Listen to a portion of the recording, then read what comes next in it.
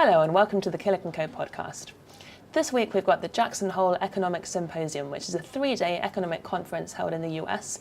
It's a forum for central bankers from all around the world to come together and talk about relevant macroeconomic issues.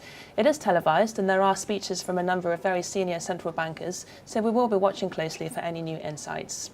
The headline act is considered to be Janet Yellen, who's the chairwoman of the Federal Reserve. She'll be doing a speech about financial stability, and there'll also be a speech from Mario Draghi, who's the president of the European Central Bank. Mark Carney, who's the governor of the Bank of England, will not be attending, but he is sending Ben Broadbent, his deputy, in his place. And that's quite interesting because he's considered to be the favourite to replace Mark Carney when he retires in 2019.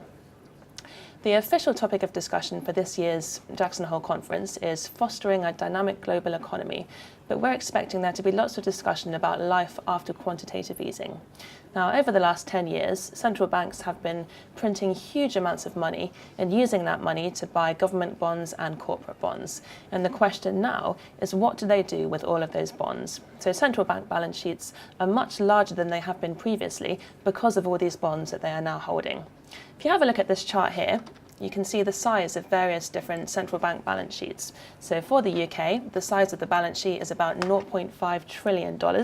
For the US, it's $4.47 trillion.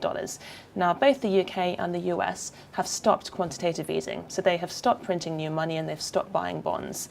However, the Bank of Japan and the European Central Bank, they already have balance sheets that are much bigger than that of the Federal Reserve, and yet they are still carrying out quantitative easing. So they're still printing money and they're still buying bonds. So we expect that to be discussed at length at this particular Jackson Hole conference.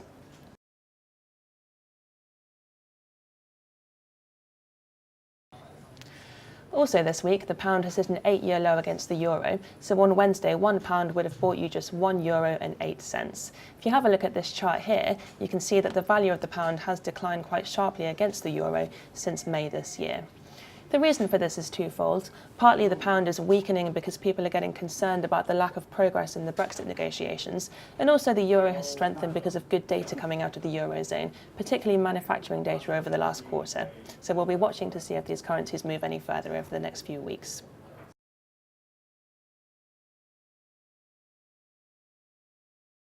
And last of all, we've been looking at the vanilla price, which is not a major commodity, but it's just quite interesting at the moment because the price has moved so much recently. Over half the world's supply of vanilla comes from Madagascar, which was hit by quite a severe cyclone back in March, and since then the price of vanilla has really spiked. If you have a look at this chart here, you can see that since 2015, the price of vanilla has multiplied by 5 times, and that's really becoming a problem for food companies, particularly ice cream manufacturers, and also makers of perfume. So we will be keeping an eye just to see how that moves over the coming weeks.